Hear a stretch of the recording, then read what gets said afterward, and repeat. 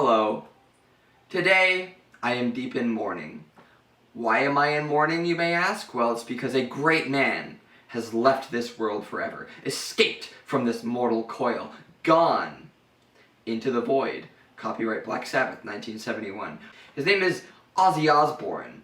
He was one of the founding members of Black Sabbath, which makes him one of the pioneering musicians who began heavy metal music.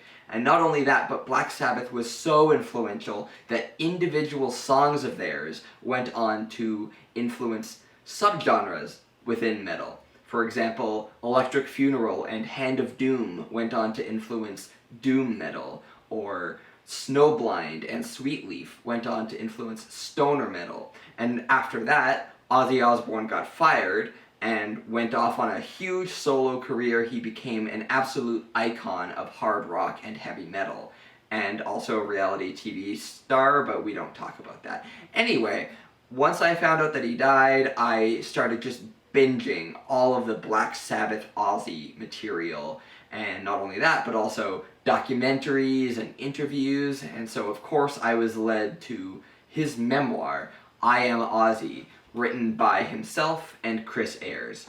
Now, I should mention that most celebrity autobiographies or memoirs that you come across are not written by the celebrity in question. This was written by Chris Ayres, and I have to assume that Chris Ayres did a lot of legwork and research, interviewing Ozzy and talking to him and sort of transcribing the anecdotes that went into making this heavy metal autobiography.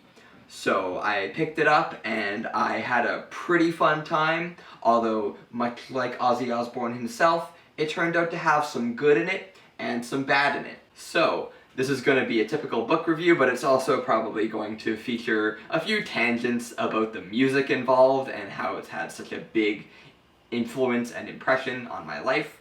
But anyway, I Am Ozzy covers Ozzy's entire life up until 2009 when the book was published.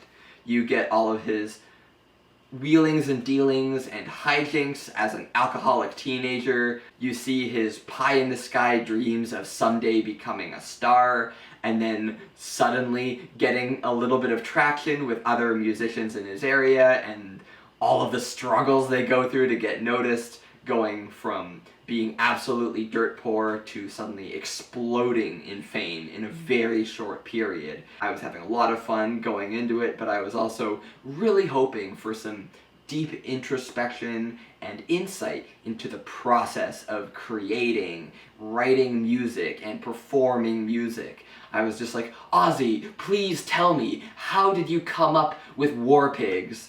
But instead, most of the book is, do you want to hear about something fucking crazy I did while I was on cocaine? The whole book takes this incredibly irreverent tone where it's pretty much laser focused on the debauchery of the rock star lifestyle and all of these anecdotes and stories of the wild shit that this band did while they were fucked up on drugs, or pranks they pulled on each other, and it's some of the funniest stuff that I've read in years. Chris Ayres does an excellent job at emulating the way that Ozzy Osbourne speaks. It's really a lot of fun, and I just loved learning about his early life. He had so few prospects, he did terribly in school, and like a lot of kids in his area, he started drinking heavily at a very early age. So there is this sadness overlaying that, but he makes sure to keep the humor and absurdity up front and center. So for example, he talks about getting a job as an engine degreaser at a car factory, and this big vat of degreaser with all these signs around it being like, please wear a mask in this room, and whatever you do, don't stick your head over this vat. So he's just like, I bet I could get high off of this, and he sticks his head over it and just starts huffing it over and over again at the start of every shift. So instead of working on cars, he's just stumbling around and hallucinating all the time. So he gets fired, and naturally he winds up working in a slaughterhouse, and all I'm thinking is, for the love of God, you should not be giving this kid a job in a fucking slaughterhouse. But next thing you know, he's dropping severed cow's eyes in drinks at the pub. But in the background, all this working class malaise, he's also dreaming of something better. He tries for a few bands and finally winds up with the guys in Black Sabbath, and I was just absolutely geeking out as all the pieces were coming together, and you get these anecdotes of them working on their first material, and I was like, oh my god, they're writing The Wizard, oh my god, it's happening, oh, you know, just really getting into my teenage days as a Black Sabbath fanboy here. I was really loving this wild tour through Black Sabbath's early years before they blew up, especially that lead up to their first album coming out.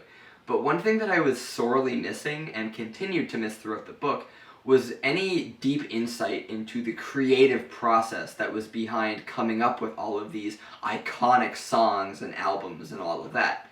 Now, Ozzy Osbourne was not a songwriter, he didn't even write the lyrics, the bassist did that. But he did play harmonica and piano on a handful of Black Sabbath songs, and of course, as a singer, he has to interpret the music around him in order to lay a melody over things, right? So I was expecting some degree of insight into the musicianship involved, but it was very minimal throughout the book. For example, one thing that any Black Sabbath fan will know is that Ozzy Osbourne had a huge shift in his style of singing from the first album to the later albums with Ozzy on them. He had this sort of bluesy tradition at the start where it was sort of rough and raspy and even a little bit deep on the deeper end of things, but then by, you know, Sabbath Bloody Sabbath and Sabotage, he's really hitting those high notes and going like full falsetto, almost like this foreshadow to what would come later with bands like Iron Maiden, for example. But he never talks about this at all. It's not even acknowledged that any kind of style explorations or any broadening of his range was happening. He just basically says, oh yeah, I went into the studio and I did the song and then I got fucking high on cocaine. Having said that though, this book definitely had insights in it that helped me piece together why Black Sabbath and Ozzy Osbourne got as famous as they did, as fast as they did, in the cultural context of the time. Black Sabbath put out their first album smack dab in the middle of the Satanic Panic. The Satanic Bible had been published the year before, the Manson killings had happened just a little while ago, and other cult-related things. There was a renaissance in horror fiction with things like Rosemary's Baby or The Exorcist. So for Black Sabbath to come out with an album that was inspired by horror movies at that time meant a lot to the culture. The other thing that I didn't really understand before was, why did Ozzy Osbourne blow up so much more as a solo artist than he did with Black Sabbath? After all, looking at it from a retrospective, I would say that Black Sabbath's music is more important and more influential to the development of the culture around it than Ozzy Osbourne's solo career was. But reading this book, I get it now. A big chunk of the reason for that was because of who Ozzy was. He was absolutely batshit crazy. No pun intended, he did bite the head off of a bat. But he did all of this stuff that always kept him right front and center in media attention. His stage show was absolutely wild. In fact, I learned a lot of scenes that I remember from Spinal Tap, the parody movie of what a rock band could be like, comes from what Ozzy Osbourne was doing, including playing with little people in a set of Stonehenge, for example. And then, of course, there was Sharon Osbourne. Now, I know about Sharon Osbourne in a pretty infamous way, of course, but I didn't realize how instrumental she was at managing Ozzy Osbourne, getting his name out there, getting him all of these deals, despite how chaotic and crazy and even dangerous he was to be around. But for the most part, despite these insights, the book is more laser focused on being funny, on being zany, on showing you just how crazy drugs can make you. Another issue I had with this book is an issue that I expected going into it, because it's something I've noticed across all autobiographies and memoirs I've read from famous creators. I find that each book like that is kind of split into two halves, before they get famous and after they get famous. And before they get famous is where all the good stuff is, right? Because they're maybe stuck in the doldrums, or they're from a bad background or rough childhood, they've got these big dreams, and then they have to claw their way to the top, overcoming all these obstacles, and then suddenly they break through and they get the recognition they've been fighting for, and it's like the climax of a story. But then there's another 200 or 300 pages left to go, and so for the second half, it's like treading water. They sink into their routines, and sure, maybe they'll have problems with their spouse or substance abuse issues, but for the most part, you're just wondering, like, where did the momentum go? And that's certainly the case here. Once Black Sabbath puts out their first album and gets pretty famous off of that, things speed up substantially, where you're like sprinting past the recording of Paranoid, and you're like, wait, this is your most important album, why are there only like a few pages on it? Then he gets fired, and things speed up even more when he does his solo career, where it's just this endless rapid barrage of drug stories and crazy shit he did on stage and controversies and all of this, but it just doesn't have that quality or that momentum of the earlier half. So I really, really enjoyed the early stuff up until around the time he gets fired from Black Sabbath, but after that I felt like it kind of plateaued for me. Another thing that becomes more and more apparent as the book goes on is the tragedy of addiction.